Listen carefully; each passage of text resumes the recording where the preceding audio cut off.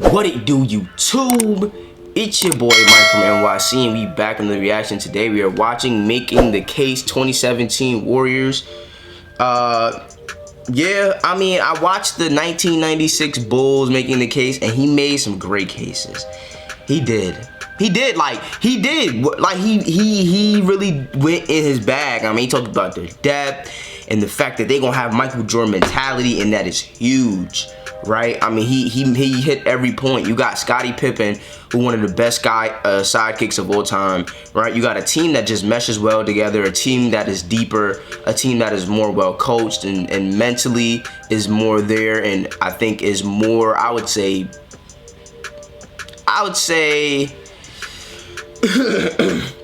players that are more battle tested. I mean, he went into detail about, you know, why the Bulls are the best, or the I actually don't even know what the name of the series, best, greatest, whatever team of all time. They have the best player, they have the better coach, right? So he really did his thing. But today we gotta watch we gotta listen to what you gotta say about these juggernaut Warriors.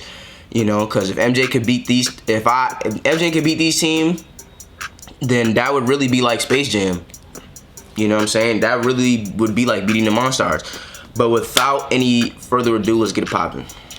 What's the goal of basketball? To win, right? But not just to win individual games. The ultimate goal is to win a championship. Of course, basketball is a team sport. Championships are won by the most complete, most inspired team. Every champion deserves credit, but the question on my mind is, who's the greatest team of all time? With apologies to Bill and Wilt, I have a list of 8 teams since 1970 that I want to look at as having a claim to that distinction. It is a loaded question, and one that I ultimately can't answer. Is it the teams that were front runners from beginning to end? The ones who were unbeatable at their peak? Maybe the ones who tapped into something special and overcame countless obstacles? Good shot, Isaiah. There is no right answer. It's your job to make your own call. Kobe. And it's my job to make the case. Finish that for me, Shaq. So today, I'll be making the case for the 2017 Golden State Warriors as the greatest basketball team of all time.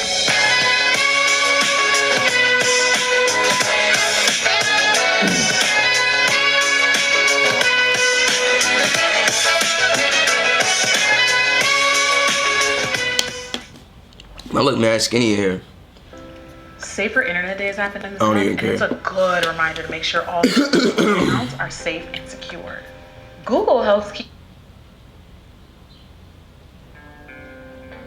There's a lot to unpack with the 2017 Warriors. Word. I think that the first thing I should do is acknowledge my own bias. I don't normally do that in these videos.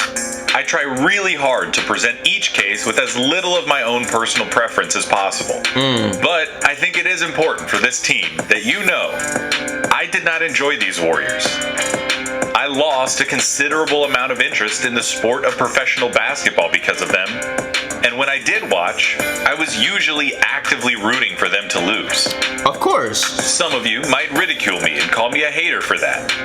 Some of you might sympathize with me, and some of you might be indifferent. All of that is fine and dandy. I'm just letting you know where I stand before we get going. Because if you are like me, and you weren't a huge fan of these Warriors, it can make it really hard to give them their just due, let alone make the case for them as the greatest team ever. But, hey, that is the name of the game. Let's start with the basics. The Warriors were led by a quartet of all-stars in Kevin Durant, Steph. They were this deep? Wait a minute. They had Steph, KD, Klay, Draymond, Iggy. That's their best 5. Then they had McGee.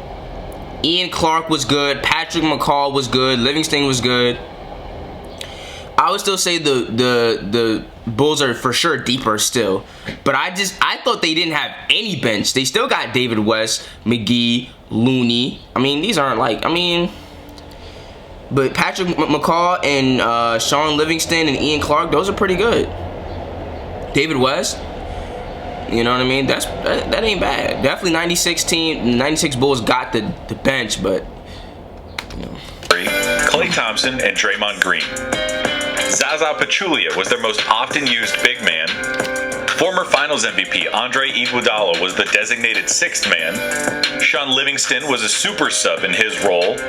Patrick McCaw was an excellent contributor as a rookie. Absolutely. David West was a steal, playing on a veteran minimum contract. And JaVale McGee, Kevon Looney, and James Michael McAdoo were all reserve big men. That group of players racked up 67 wins in the regular season and posted the best playoff record in the history of the NBA, losing just one game on their road to the championship.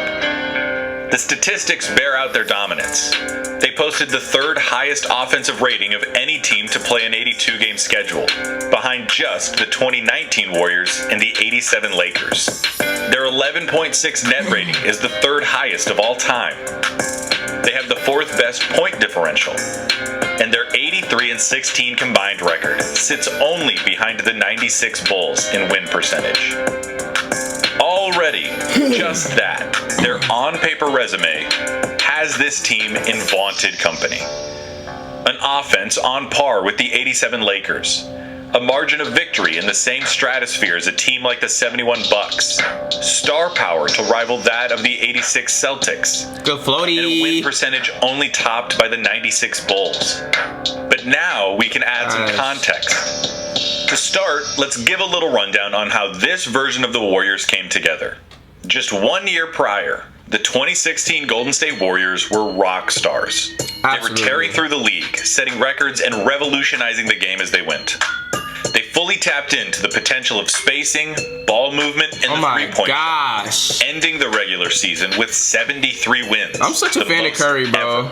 Steph Curry won his second consecutive MVP, becoming the first player to do so with a unanimous vote. As the playoffs began, all eyes were focused on the Warriors and their attempt at submitting the best basketball season of all time. After breezing through the first two rounds, they met the Oklahoma City Thunder in the Western Conference Finals. The Thunder, spearheaded by a generational talent named Kevin Durant, were on the cusp of shocking the world after building a 3-1 lead over the Warriors. The Warriors overcame the odds and rallied back to win the series, only to blow their own 3-1 lead in the NBA Finals to LeBron James and the Cleveland Cavaliers. To say that the result was stunning is the understatement of the century. Facts. They rallied back and fought, only to suffer one of sport's greatest collapses. That's crazy. And then Kevin Durant signed with them. At that point, all hell broke loose. The Warriors went from being a feel-good story about underdogs who turn into MVPs and All-Stars to villains. And Durant was the magnet for almost all of that vitriol and anger. At face value, fans were upset because it made Durant look like a frontrunner.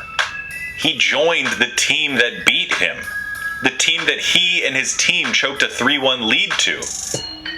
And as the season progressed, and as the hate persisted, Durant fueled it.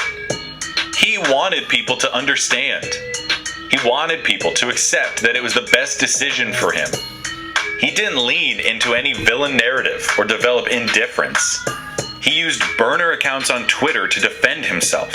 He actively argued with media personalities and fans that criticized him. He might have been better off just telling everyone that it was his decision and that if they didn't like it, they could fuck off. Nobody wanted to give Durant or the Warriors credit because of the stink around a former league MVP joining a team that won 73 games and had beaten him in the playoffs. It was a move that killed any hope of any other team winning the championship. Oddly, it was a point of contention that Durant was too perfect of a fit. It wouldn't be compelling in a, wow, how are they going to figure this out kind of way. This wasn't going to end up like the 2011 Heat or the 2013 Lakers. Durant complimented everything that the Warriors did, and the Warriors... He's such a master. I just let it game, yo. Durant... I just let it game. I'm like, how's he doing that? Okay, so boom, chop, left ankle leaning. Okay. I don't know. 2011 Heat or the 2013 Lakers. Durant... Chop. So right foot plant first. I don't know. The Warriors How he did, does it like that. and the Warriors were the perfect team to accentuate and highlight all of Durant's strengths. It created an alarming talent imbalance and killed parity. There existed no timeline of reality in which a healthy Warriors team would not win the championship. I understand With that. Kevin Durant, the Warriors became invincible. And that was the problem. Because it felt unfair. Like a middle school kid bringing their high school sibling to a pickup game. Almost like it violates some unspoken rule of the game. Yeah, I'll play you and your friends. If you guys just happen to be better than us, you're better than us. If you kick our ass, you kick our ass. But now you've stacked the deck. Of course we're gonna lose. Admittedly, it's a silly problem. It's whining and bitching done by the group of people who have the least amount of say in the outcome of sports. Absolutely. It's a problem reckoned with entirely by the audience. It shouldn't and doesn't matter to a professional sports team if the audience doesn't like them or thinks that they're too good. But it begs a larger question, and one that I don't think has an answer. Draymond. What do we want? What do fans want? Do we want parity? Yes. The Lakers, the Celtics, the Cowboys, the Patriots, the Yankees. Leagues are defined by and sustained by their most successful franchises. That's a good point. So do we want dominance? The college football playoffs and UConn women's basketball both stand as testaments to the fact that too much ass-kicking tends to lose its attractive luster. So do we want underdogs? Do we want comebacks? Loyalty? Do we want a compelling narrative? And when athletes have a choice and a say in the matter, as LeBron James once asked, what should they do?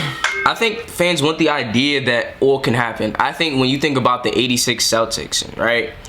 Or, well, I wasn't alive when Bill Russell was playing, nor was I alive really when I wasn't alive when most of the shit was going down. The only thing I was really alive for was the Warriors dynasty, LeBron in Miami, and then Boston, and Kobe's Lakers, Kobe's later Lakers. But I would say that you want the idea that another team can win, right? I think the fact that MJ went 6-0 in the finals, but the deck was never stacked.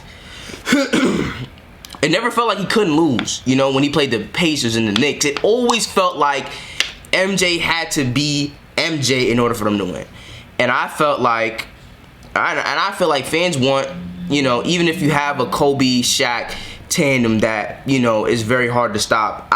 Those Kobe Shaq Lakers went through a lot. Like they fought a lot of uphill battles. You know what I mean? Especially in the finals when Shaq getting fouled out. There was like, you felt like they could such easily lose and they still won. Like, even when you felt like they may lose, they won. I feel like that's what makes it special. Like, even when you felt like the Bulls might lose to a Reggie Miller Pacers, even when you felt like the Lakers might lose to whoever they was playing in the Western Conference, even when you felt like, you know, the Pistons might lose to MJ. I don't know how many people felt like that way, but when they went back to back, like, you know, ooh, they might lose, or ooh, they might lose. Like, you never, like, and the fact that they still won despite the fact that they could have easily lost. Like, you, as you watching the game, you like, this could go either way, and they still win. I think that's what people want. People don't want a foregone conclusion, you know. People want to feel like you on both sides. You want to feel like the team that you're rooting for, if they're the favorite, you want to feel like the deck is not stacked, and you want to feel like they really won and they had to earn the win, right? If Damian Lillard had to win a championship, I would want Dame to have to be the best version of Dame to get that. I wouldn't want Dame to be teamed up with Kawhi and Paul George. I mean, maybe I do want that, but I'm just saying in theory, you know what I mean? I wouldn't necessarily want that. You know, I would want Dame to have to be the best Dame. I want MJ to have to be I want Kobe to have to give him, like, when Kobe get 40, like, I want the team to need all 40. You know what I'm saying? Like, when Giannis get 50, Giannis needed all 50, because you know the Suns could have easily won that series. You know, I think that's what fans want. And I think that's what makes dynasties special. Like, in the face of you possibly losing over and over again, you still won every time. Like when it was like this close, right? Like the Bulls weren't blowing people out in the playoffs. That's the thing. Like they really weren't blowing people out. They didn't blow out the Charles Barkley Suns. They didn't blow out the Jazz. They didn't blow out these teams. It was just like, yo, it was just like they're right there. They're right there, but they still won anyway. Like that's the thing for me. Did they do what we want them to do? How can they? We don't even know what the hell we want. Kevin Durant did what he wanted to do. He joined the Golden State Warriors because he wanted to. Because he thought it was the best move. That footwork is crazy. The Warriors. Man on the hip. Too. Because best move for his career and for his life. That's pretty. Maybe he won't say it, but I will. If we didn't like it, we can all fuck off. That's a fact. So with that mindset, that's a fact. Can we finally talk about how good this Warriors team was? Because damn, this Warriors team was good. You know what else is good? My segues. And the sponsor of this video, NordVPN. If you've been on the internet for any amount of time, you know that it can be a spooky place. You know what I'm saying? Fuck with his sponsor, you know what I'm saying? Those who need it, you know what I'm saying? Do what you gotta do. You know what I'm saying? Let's get it. Likely will always be Stephen Curry. He's a franchise cornerstone. I missed whatever. I use it all the time, and NordVPN offers a 30-day money-back guarantee, so if you're not completely satisfied within the first month, you get your money back. 73%. Huge thanks to NordVPN for their support and a great product. Such a weird number. The face of the Warriors was, and likely will always be, Stephen Curry. Facts. He's a franchise cornerstone on par with Tim Duncan. As accommodating and low ego as any superstar to ever come through basketball. Absolutely. He has the sickest handles outside of Kyrie Irving in the league today. Does he have? I don't think he has better. He don't have better handles than Chris Paul. That's just a fact. He has a better. He has better moves to set up his jump shot, right? So the fact that you have to hug him so close that his moves are a lot easier to do, but just isolating the variable of handles, he don't dribble better than Chris Paul. That's just my opinion. That is fact. Into a great finisher around the rim with either hand. Klay moves off the ball so effectively and consistently that he's become a textbook case and imparts a sizable, observable gravitational effect on the game. He is the greatest shooter in basketball history, and it isn't even close. He takes the most threes of anyone ever and makes them more accurately than almost anyone ever. Right. He is a fearless shot taker, possessed by an understated self-assurance that, in any other player, would look like insanity. His ability to shoot from almost literally anywhere, over any kind of defense. That's a real shot, though. Like, that's not no heave. From almost. That's a literal shot. That's a shot. Over any kind of defense, on the catch or off the dribble, has made Steph the demigod of one of basketball's fundamental techniques. For generations, the most lethal weapon in NBA history has been Kareem Abdul-Jabbar's sky hook. There's a good reason. It was a nigh unblockable shot that has never been replicated. The surest 2 points in basketball ever. As effective in 1969 during his time as a UCLA Bruin as it was in 1989, 2 decades later, as a Los Angeles Laker. It is still the gold standard. Steph's three-point shot might be silver. It is similarly unstoppable, similarly irreplicable. He will not supplant Kareem as the game's all-time leading scorer, but he will be immortalized as the game's greatest marksman, pushing what was a slowly rising analytic trend Braun, you better push out, Braun. Of the mainstream. Braun, you better stop When he was drafted, the idea that his most valuable skill was his three-point shot was an insult. Now, the three-point shot is perhaps the most coveted skill in the sport. He ignited the most fevered arms race in basketball history while remaining the sole owner of the most devastating nuclear weapon in that arms race. None of that changed with the addition of Kevin Durant. Such a good move. He is the seed that was watered. The data point that trends chase. An outlier that has redefined what normal is. The scrawny, undersized, shoot-first point guard from Davidson with the weak ankles has become the most influential player of his generation and truly one of the greatest players of all time. What would the perfect backcourt partner to Steph Curry look like? Well, to make up for some defensive shortcomings, let's make this guy one of the most versatile stoppers at his size in the league. Steph's the best shooter ever, so let's take some pressure off of him by adding more shooting. In fact, the perfect partner for Steph would be the premier 3-and-D player in the league. And if he could be similarly chill, low maintenance, and team focused, we'd be gravy. And gravy we are, because that player is named Klay Thompson. Klay's a hard player to pin down, literally and figuratively. Facts. He's about as consistent as they come. Despite that consistency, Klay can be volatile, and not in the occasional cold shooting night that affects all players kind of way. In the holy shit, this man is hotter than a $2 pistol kind of way.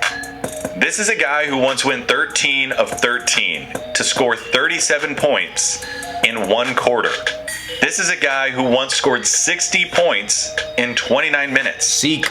On December 5th, 2016, he did that, scoring 60 points without playing the fourth quarter.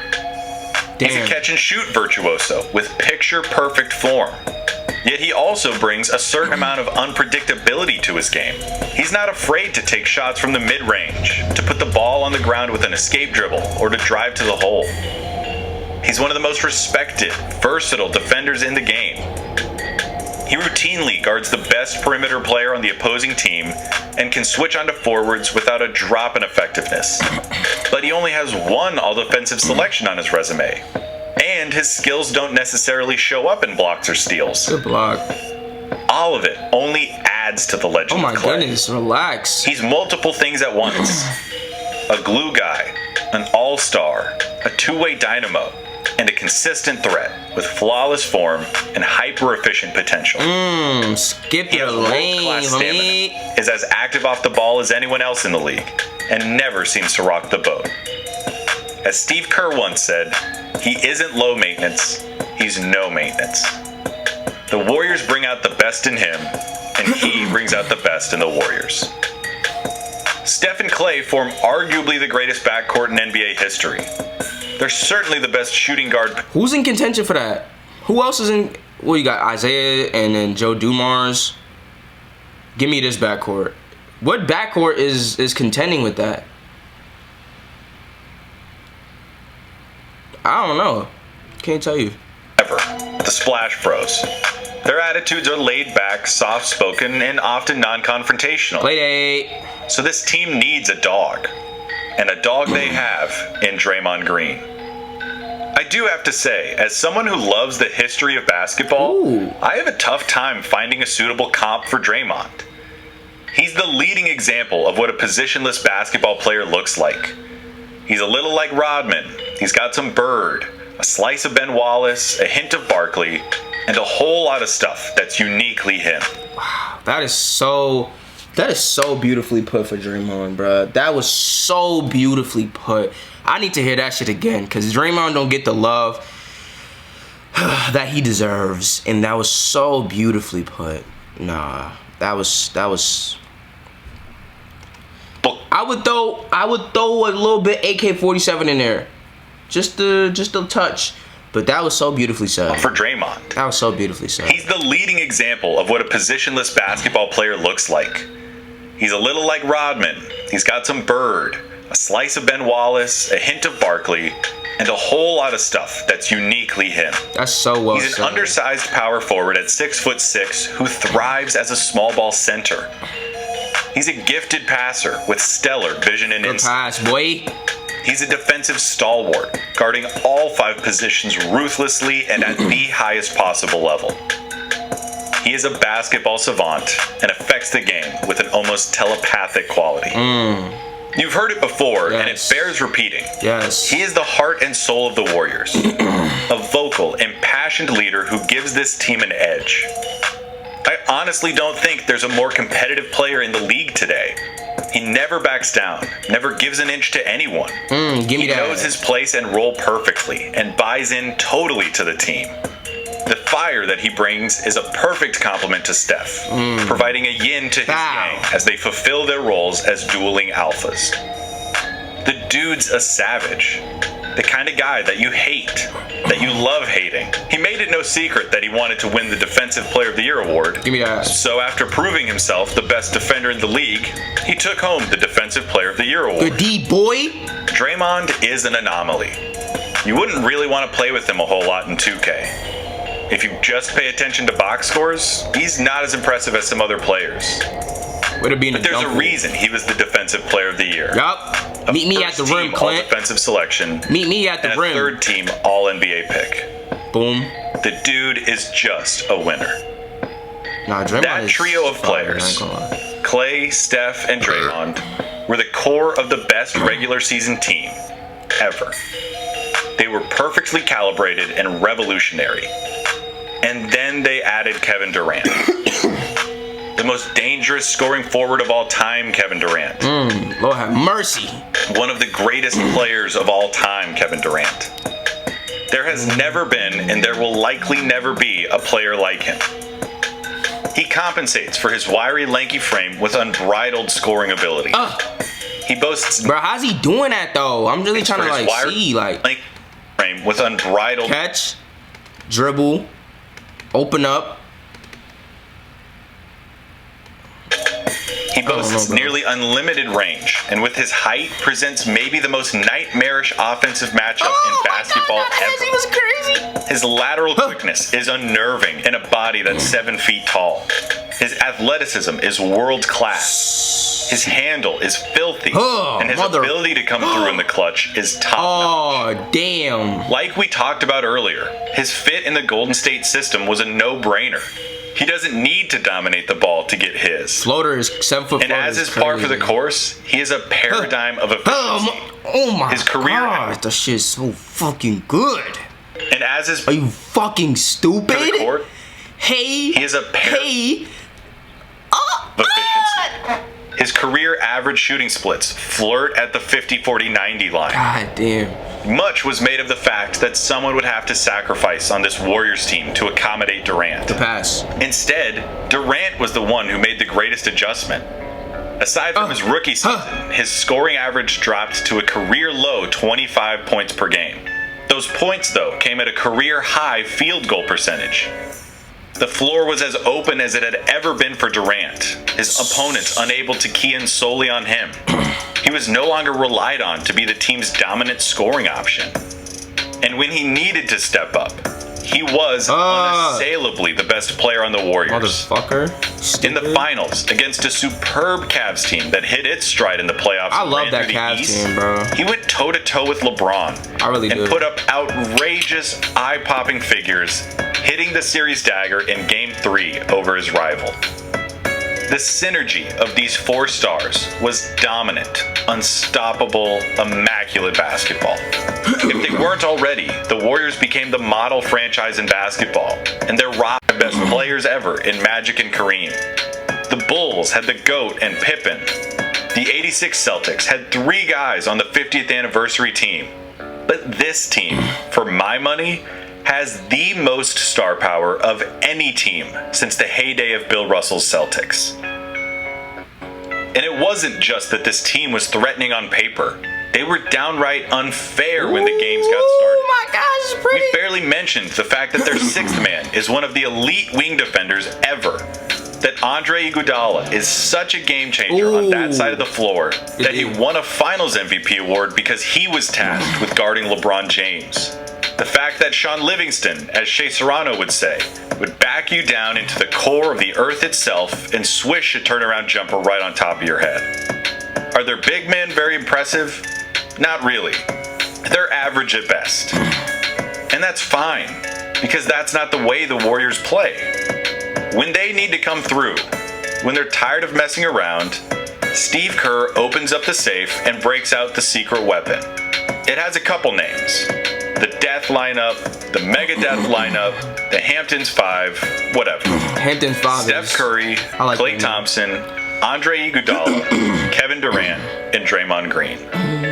That 5-man lineup outscored opponents by 23.4 points per 100 possessions. Oh my gosh. What would you do to stop them? That's fucking It's not as simple as just saying, well, if you're the Bulls, you stick MJ on Steph, Harper on Klay, and Pippen on Durant.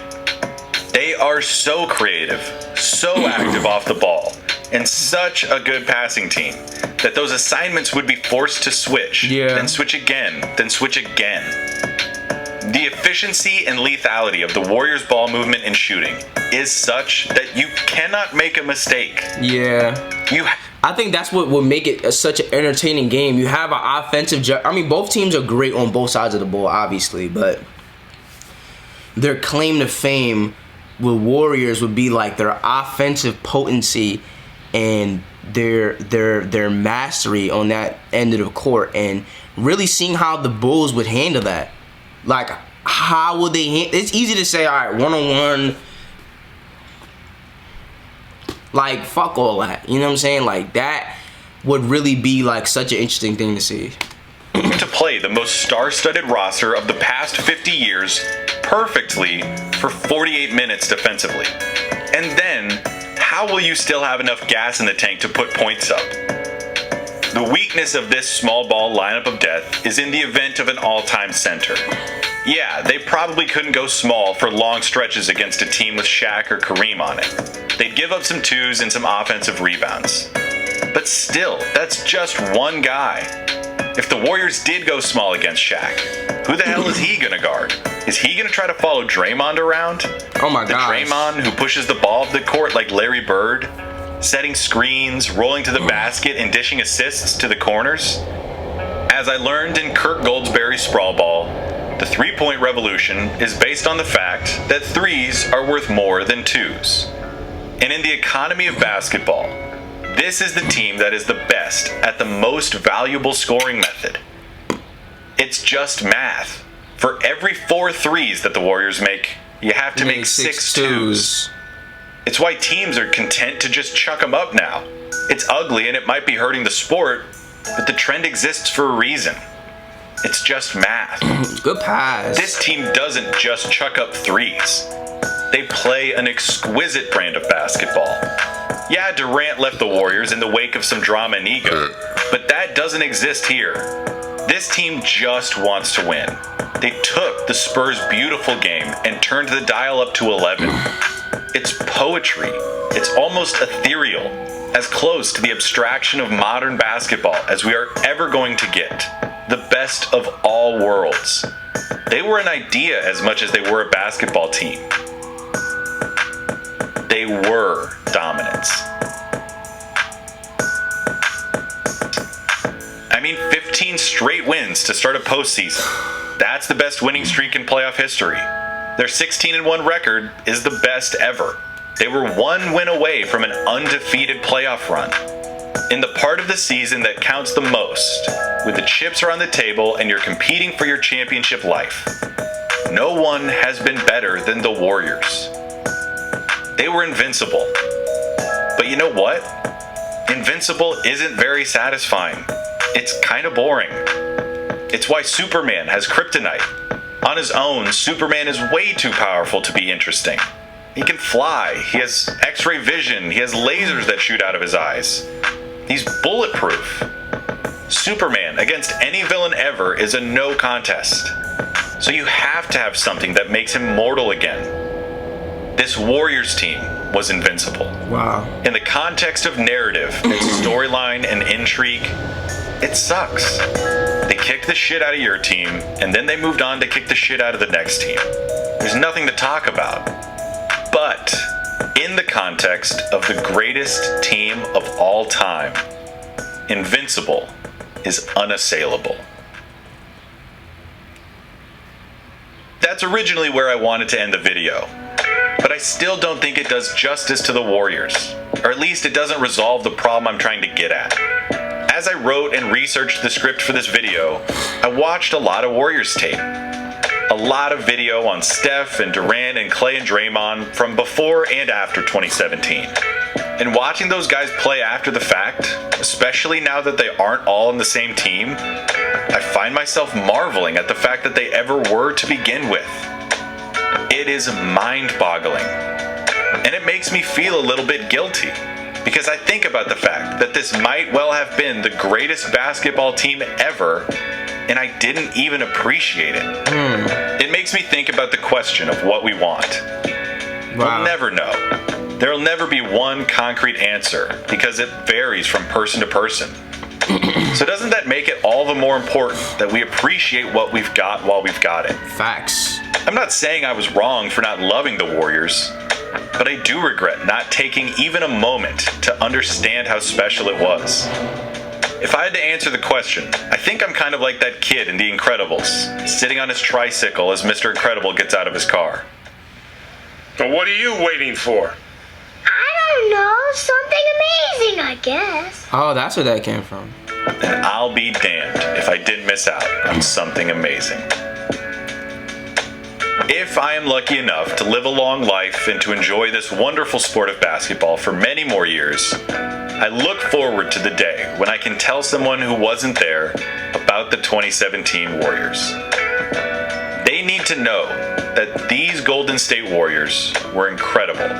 Yeah. They were invincible. They were amazing.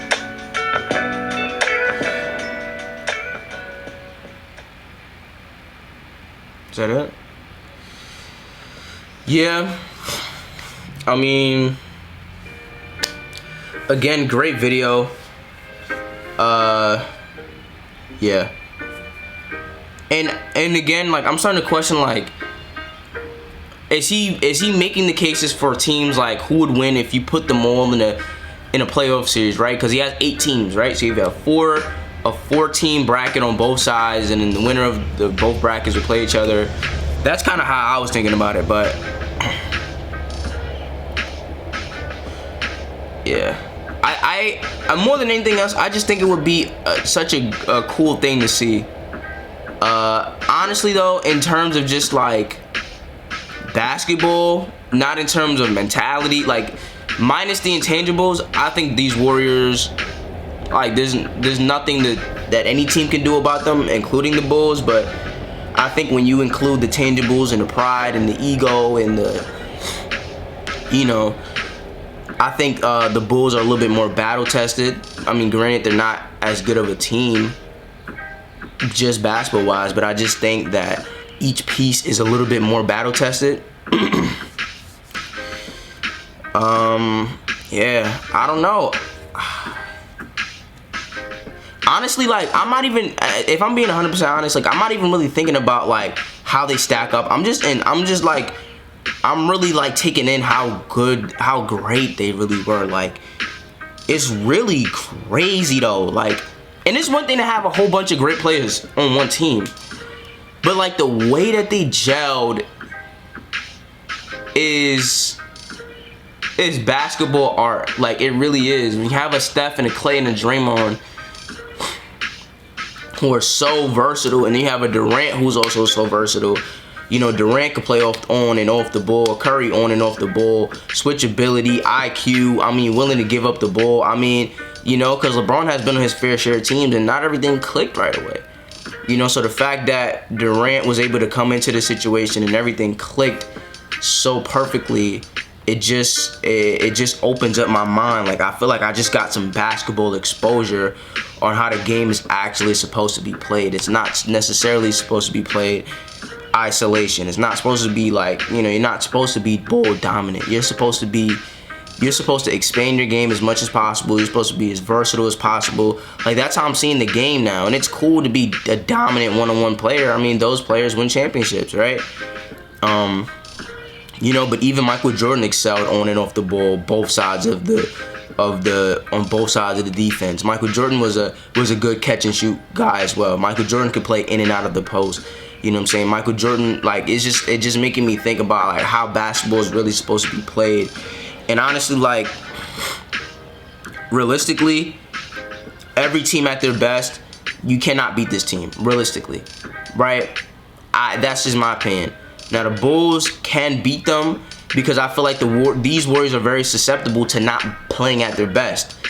But every team at their best, I don't think this team is beatable, if I'm being honest. And I'm really just sitting back in awe, like, how great. Like, it just makes me want to go play basketball right now and just practice, just running. I just want to run around the court. Like, I don't even want to shoot. I just want to run around the court and just, like, get open and then pass it back and just run and get open. Like, you know, but yeah, definitely great video.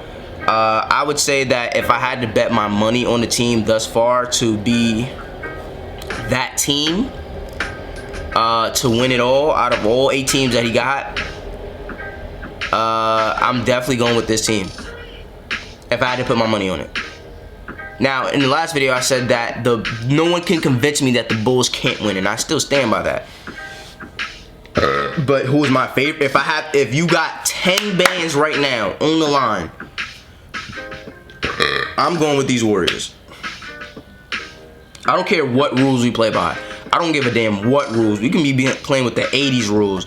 I don't really care. But anyway, definitely like, comment, share, and subscribe if you like these type of videos, and I will see you when I see you. Peace.